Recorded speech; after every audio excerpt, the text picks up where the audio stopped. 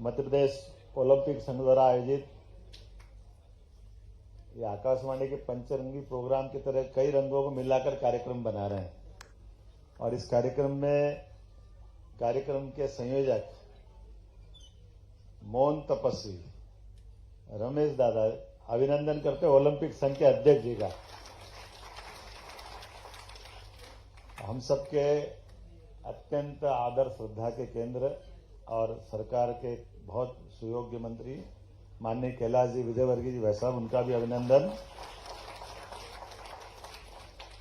अभी थोड़ी देर पहले माननीय खेल मंत्री जी विश्वास सारंग जी, अभिनंदन करें विश्वास जी का। ये ओलंपिक संघ के उपाध्यक्ष भी हैं। इसी कार्यक्रम में विराजमान संघ के सचिव, जबलपुर के बहुत अच्छे खिलाड़ी और सब प्रकार के लोगों को लेकर चलने वाले माननीय दिग्विजय सिंह जी, उनका भी अभिनंदन है, वंदन है। हमारे धूपर साहब महामंडलेश्वर, धूपर साहब भी लगातार खेलों के मामले में, मैं समझ सकता हूं कि कितनी भी कोई भी बैठक हो, कोई आए नहीं आए, धूपर साहब जरूर दिखते हैं उस बैठक में। और जब तक आपकी मौजूदगी रहती तब तक आप कानून कायदे का सिस्टम बना करके जितनी अच्छी बैठक को लाइन पे लाते हैं। हम दाएं बाएं गोते लगाए तो फिर ये ले आते लाइन पे, नहीं जाने ठहरो ठहरो, अब इसके बाद ये होगा, इसके बाद ये होगा।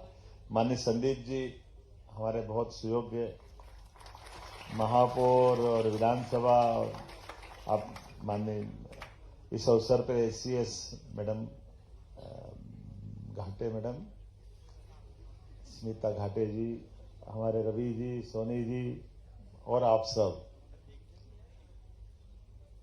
वर्तमान का दौर तो ऐसा लग रहा परमात्मा की दया से क्या समय आया है। और ये ओलंपिक्स, माननीय ध्रुव भैया भी सामने बैठे हैं, बाकी सारे मित्रगण बैठे हैं, महापौर जी जबलपुर बैठे हैं, हमारे ओलंपियन पप्पू भैया,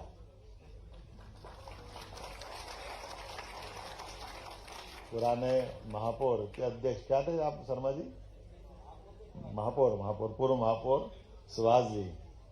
इस अवसर पर सारे के सारे हमारे अपने मित्रगण, वरिष्ठ पदाधिकारीगण, दो तीन चीजें एक साथ हुई है।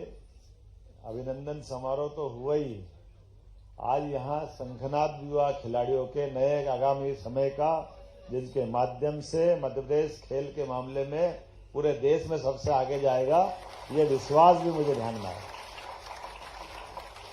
क्योंकि विश्वास अनुप्रास अलंकार के लिए बोल रहा हूं। हिंदी में अनुप्रास अलंकार एक शब्द के अलग अलग जगह अलग अलग अर्थ निकलते है ना। तो हमारे बीच में विश्वास जी को खेल की बागडोरी इसलिए दी है कि आपका विश्वास, खेल का विश्वास, नरेंद्र मोदी जी का विश्वास, तीनों जगह विश्वास कायम रहे। मध्य प्रदेश आपके मंत्रालय के माध्यम से सभी खिलाड़ियों को मूलभूत सुविधा दिलाते हुए खेल के इस अनंत आकाश में अपनी ऊंचाइयों को हासिल करे, अपने खिलाड़ियों के भरोसे से भारत माता का झंडा बुलंद करे, हम सबको गौरव और गर्व का मौका दे। कई कारणों से मध्य प्रदेश में अभी इसकी बहुत गुंजाइश और यशस्वी प्रधानमंत्री का अभिनंदन करें नरेंद्र मोदी जी का, जिनके माध्यम से नई शिक्षा नीति में खेल को हमने पाठ्यक्रम का हिस्सा बनाया है। ये बहुत ऐतिहासिक कदम। भारत वो देश है जहां खेल की कितनी महत्ता है। दुनिया में कोई देश ऐसा नहीं जहां खेल को इतनी मान्यता दी हो। हमारे यहां तो विवाह भी स्वयंवर से होते, बिना खेल के खिलाड़ी अपना हुनर दिखाए विवाह करने का भी अधिकार नहीं रखते थे। ये हमारे महाभारत के अर्जुन का ऊपर का आप प्रसंग देखिए, जब उनने अपनी श्रीमती का वर्ण किया।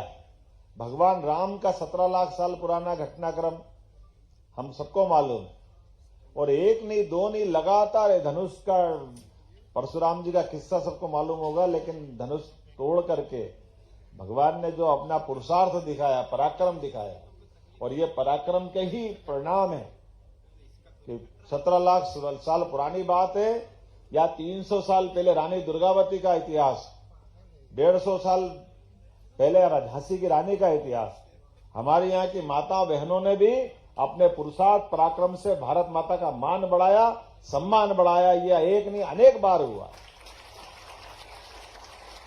और हम सब माननीय मोदी जी के नेतृत्व में देश के आगे बढ़ते हुए कदम देख रहे हैं।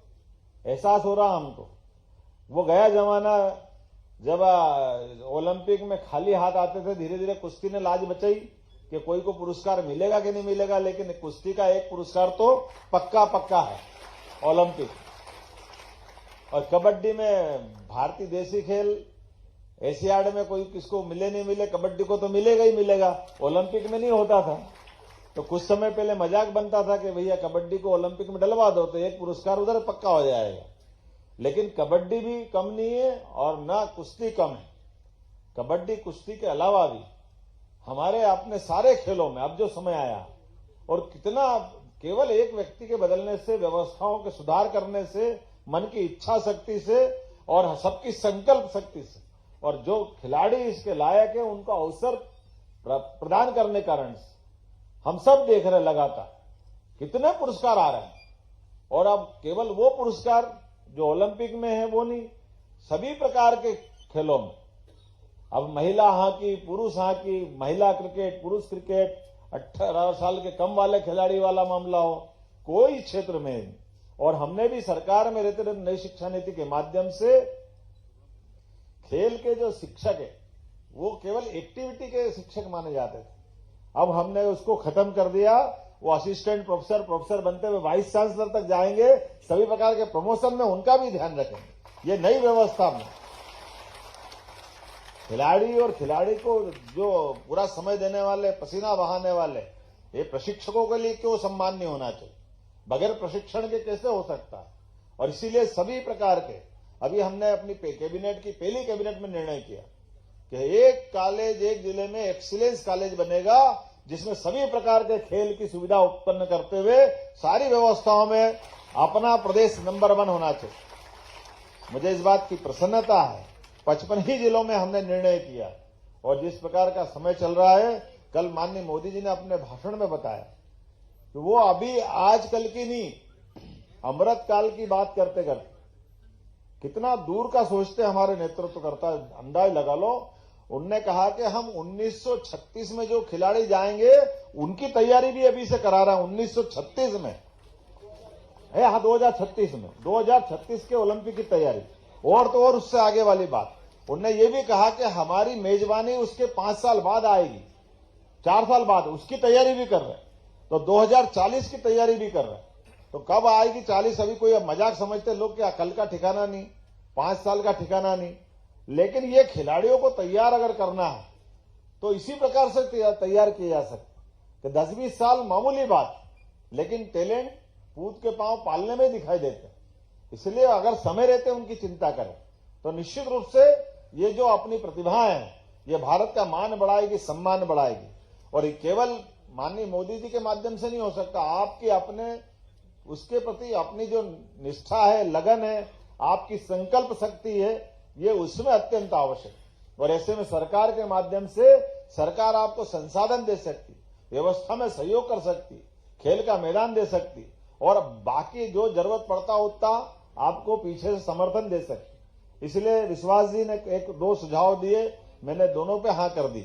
आपने कहा केवल स्पोर्ट्स डिपार्टमेंट इसकी बात नहीं करेगा, स्पोर्ट्स डिपार्टमेंट के साथ साथ सभी प्रकार के अलग अलग विभाग, हमारा उच्च शिक्षा, स्कूल शिक्षा, ये सब विद्यार्थी कहां से आ रहे हैं? ये खदान तो हमारी वही है। तो निश्चित रूप से उनको जोड़ते हुए और इससे जुड़े हुए और भी किसी विभाग को जोड़ना है। सभी प्रकार की अकादमी, जो भी अकादमियां हैं, इनके सबके साथ मिलकर सम्मिलित रूप से प्रयास करेंगे।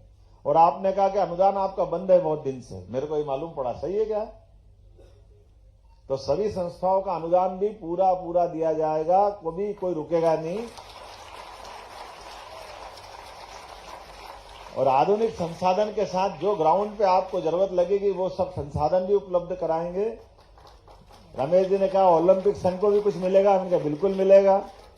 ओलंपिक संघ कहां जाएगा? 11 लाख रुपए आपको सीएम फंड से देने की घोषणा करता हूं। ओलंपिक संघ के बजट में भी पैसा पहुंचेगा और कोशिश करेंगे हर साल पहुंचे। वैसे आपको जरूरत नहीं है, लेकिन फिर भी ये आपके माध्यम से आपके समर्पण का सम्मान है, पैसे का महत्व नहीं। महत्व इस बात का है, सरकार को लज्जित होने की जरूरत नहीं। सरकार के सामने एक बात रखते थे रमेश जी हमेशा, हमारी बैठक करा दो, हमसे मिला दो, हमको ये करा दो, लेकिन उसके अभाव में कभी काम नहीं रुका। इस बात का मैं सम्मान करता हूं, इस बात की इज्जत करता हूं। संगठन ने हर बार दुपर साहब हो, सोनी जी हो, रवि जी हो, क्यों बात रखते थे कि भैया कब कराओगे, तुम्हारी सरकार चल रही। लेकिन ठीक है, कोई बात नहीं, परमात्मा की दया है। हमारे खिलाड़ियों ने, हमारे खेल संगठन ने ओलंपिक संघ के बैनर तले पहले सरकार के नेतृत्व में भी कीर्तिमान बनाए, और अब ओलंपिक संघ और सरकार मिलकर के चलेगी तब भी नए कीर्तिमान बनेंगे। इस उम्मीद और आशा विश्वास के साथ मेरी अपनी बात समाप्त करता हूं। एक बार फिर नेशनल गेम, राम जी की चिड़िया, राम जी का खेत, चुगो मेरी चिड़िया, भर भर पेट, आप तारीख रख लो, मैं कोई मना करने वाला हूं क्या? आप कराओ ना नेशनल गेम, हमको क्या मना है? हमारे को तो मेजबानी करना है, हैं? और क्या है? तो मालवा, महाकौशल, विंध्य, चंबल सब हमारा ही है। तो